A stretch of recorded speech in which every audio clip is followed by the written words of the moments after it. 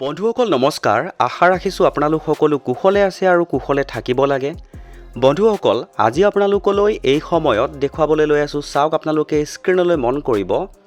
কৰ্মচাৰীসকলৰ বাবে এটা নতুন তথা গুৰুত্বপূৰ্ণ খবৰ শেহতীয়াকৈ প্ৰকাশ হৈছে বন্ধুসকল এই গুৰুত্বপূৰ্ণ ইনফৰমেশ্যনটোৰ বিষয়ে অৱগত হোৱাৰ লগে লগে আপোনালোকক এটা ভিডিঅ'ৰ যোগেৰে জনাবলৈ যত্ন কৰিছোঁ আৰু আশা ৰাখিছোঁ আপোনালোকে ভিডিঅ'টোৰ সৈতে সহযোগিতা কৰিব তে বন্ধুসকল দেৰি নকৰাকৈ এই গুৰুত্বপূৰ্ণ ইনফৰমেশ্যনটোৰ পাছৰ অংশটো আনিবলৈ যত্ন কৰিছোঁ চাওক জনাবলৈ লৈছোঁ যে কৰ্মচাৰীসকলক দিয়া হ'ব অল্ড পেনশ্যন স্কিম এটা গুৰুত্বপূৰ্ণ ইনফৰমেশ্যন শেহতীয়াকৈ প্ৰকাশ পাইছে বন্ধুসকল দেৰি নকৰাকৈ ইয়াৰ পাছৰ অংশটো আপোনালোকৰ সন্মুখত দেখুৱাবলৈ যত্ন কৰিছোঁ চাওক চৰকাৰে যোৱা 18 তাৰিখে প্ৰকাশ কৰিলে অফিচ মেমৰেণ্ডাম বন্ধুসকল এই সময়ত কৰ্মচাৰীসকলৰ বাবে এটা গুৰুত্বপূৰ্ণ ইনফৰমেশ্যন বুলি ক'ব পাৰি কাৰণ যোৱা 18 তাৰিখে কৰ্মচাৰীসকলৰ অল্ড পেনশ্যন স্কিমৰ ওপৰত চৰকাৰে এখন অফিচ মেমৰেণ্ডাম প্ৰকাশ কৰিছে বন্ধুসকল সকলো সবিশেষ জনাম আপোনালোকক ইয়াৰ আগতে আপোনালোকক অফিচ যিখন মেমৰেণ্ডাম প্ৰকাশ কৰিছিলে অফিচ মেমৰেণ্ডামখন যি প্ৰকাশ কৰিছিলে সেই অফিচ মেমৰেণ্ডামখন আপোনালোকৰ সন্মুখত দেখুৱাবলৈ যত্ন কৰিছোঁ চাওক অফিচ মেমৰেণ্ডামখন আছিল এইখন দেখুৱাবলৈ লৈছোঁ চাওক এনেকৈ প্ৰকাশ হৈছিলে government of India ministry of personnel PG and pensions department of pension and pensioners welfare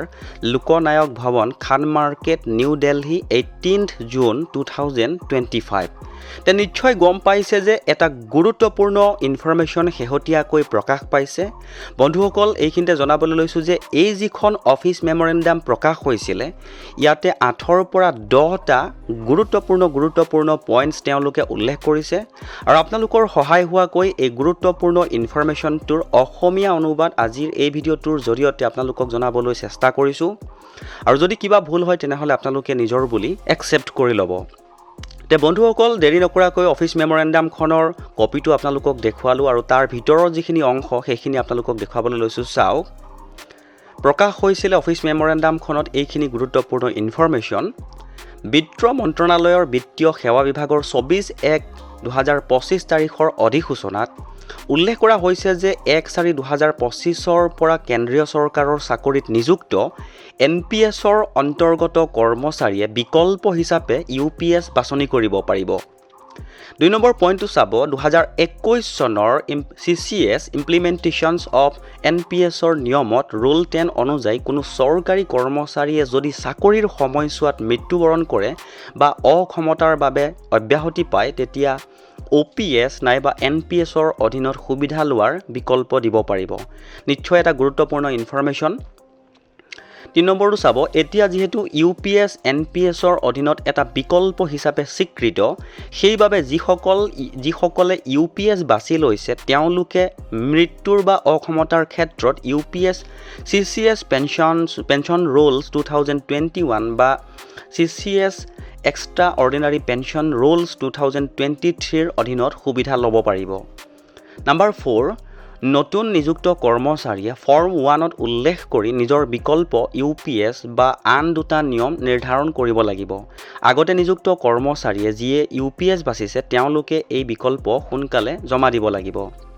number 5 বিকল্পটো কৰ্মচাৰীৰ প্ৰধান কাৰ্যালয়ত জমা দিব লাগিব তেওঁলোকে সেয়া চালিজাৰি চাকৰিৰ ৰেকৰ্ডত অৰ্থাৎ ছাৰ্ভিচ বুকত অন্তৰ্ভুক্ত কৰিব ইয়াৰ প্ৰতিলিপি CRA DDO আৰু PAO লৈ প্ৰেৰণ কৰা হ'ব 6 নম্বৰ ফৰ্ম 1 আৰু ফৰ্ম 2ত পৰিয়ালৰ তথ্যও জমা দিব লাগিব পৰিয়ালৰ পৰিৱৰ্তনৰ ক্ষেত্ৰতো তথ্য সংশোধন কৰিব লাগিব 7 নম্বৰ বিকল্পটো কৰ্মচাৰীয়ে অৱসৰৰ আগলৈকে যিকোনো সময়ত পৰিৱৰ্তন কৰিব পাৰিব ডিচাৰ্জ অন ইনভেলিডেশ্যন অৰ ডিজেবিলিটিৰ বাবে যিসকলে অব্যাহতি লৈছে তেওঁলোকে সেই সময়তে বিকল্প দিব পাৰিব